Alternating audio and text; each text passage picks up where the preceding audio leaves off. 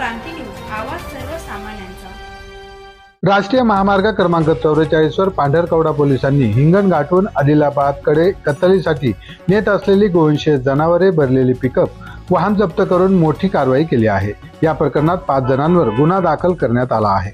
मिळालेल्या माहितीनुसार 15 जुलै रोजी पोलीस पथक महामार्गावर पेट्रोलिंग करीत असताना त्यांना गुप्त माहिती मिळाली की हिंगणघाट येथून आदिलाबादकडे एका पिकअपमध्ये जनावरे नेत आहेत।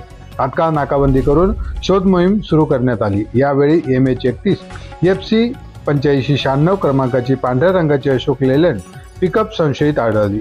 वाहन थांबून तपासणी केली असता 11 निर्दयीपणे दाटीवाटीने कोंबलेल्या अवस्थेत जनावरे आढळली।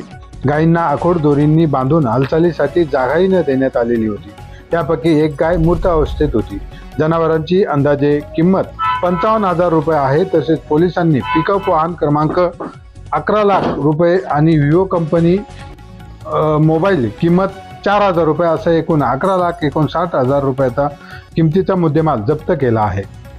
वाहन चालकाने चौकशीत आपले नाव प्रणय निरंजन सुगणे राहणार नागपूर असे सांगितले। त्याने कबूल केले की ही जनावरे महेश सूर्यभान लोंढे, शहीद अफजल कुरेशी, शक्ती शेषराव कनाके, स्वप्नील कनाके यांच्या सांगण्यावरून आदिलाबादकडे नेत होतो।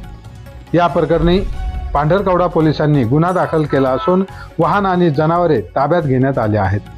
पुढील तपास सुरू आहे। महाराष्ट्र क्रांती न्यूज साठी राजीव आगरकर, पांढरकवडा, यवतमाळ। अशाच नवनवीन बातम्या पाहण्यासाठी आमच्या महाराष्ट्र क्रांती न्यूज या YouTube चॅनलला लाईक करा, सबस्क्राईब करा आणि बेल आयकॉनला प्रेस करा।